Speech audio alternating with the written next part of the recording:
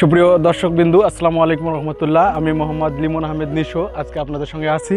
আমি আজকে এসেছি নিকলি উপজেলার পাঁচরকির একটা কুমড়া খেতে। তো আল্লাহর অশেষ রহমত, দেখেন ভাই এত সুন্দর যে লাউ হয়েছে, বাট আপনাদের কৃষকেরা এটার ন্যায্য মূল্য পাচ্ছে না। আসলে আপনাদের বলে বুঝাইতে পারবো না যে এত পরিমাণে কুমড়া হয়েছে যে আল্লাহর অশেষ রহমত। বাট যদি কৃষকরা আপনার এটার ন্যায্য মূল্য পাইতো তাহলে আরও ভালো লাগতো।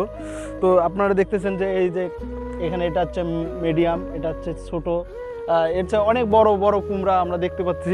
আমাদের সঙ্গে আছে আমাদের সজীব ভাই, ওনার সঙ্গে আমি এসেছি। তো আমার এখানে এসে এত পরিমাণে ভালো লাগতেছে যে আপনাদের কৃষকরা বিভিন্ন ধরনের ফসলের চাষাবাদ করেছে। এখানে আমরা দেখতে পাচ্ছি এখানে হচ্ছে লাউ, অর্থাৎ আমাদের ওদিকে বলে যে মিষ্টি কুমড়ার ক্ষেত, ওখানে আমরা দেখতেছি বাদাম ক্ষেত, তারপরে মরিচ ক্ষেত। তো অনেক ভালো লাগছে যে কেউ আবার ধান ক্ষেত করছে, কিন্তু আমাদের রংপুরের এই দৃশ্যটা সচরাচর আমরা দেখতে পারি না। আমরা রংপুরে যখন যাই, রংপুরের আমরা যে হাওরগুলো বা আমরা যে দোলা বলি বা আমরা মাঠ বলি, তো রংপুরে আমরা দেখি যে সবাই এক ধরনের ফসল চাষ করে। আমরা মিশ্র ফসল চাষ করতে আসলে আগ্রহী না। আসলে মিশ্র ফসল চাষ করলে আমাদের একটা উপকারিতা আছে। এই উপকারিতা হচ্ছে আপনার বাদামে যে পোকাটা আক্রমণ করবে, সেই পোকাটা আপনার লাউ খেতে আক্রমণ করবে না।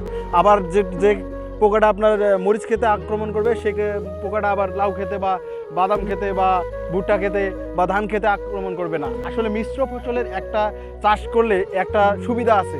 এই সুবিধাটা হচ্ছে আপনাদের কীটনাশকের ব্যবহারটা খুব কম করতে হবে, এবং কীটনাশক মুক্ত আমরা চাই যে কীটনাশক মুক্ত সবজি আমরা সবাই চাই, কিন্তু আমরা কীটনাশক মুক্ত সবজি চাষ করতে আগ্রহী না।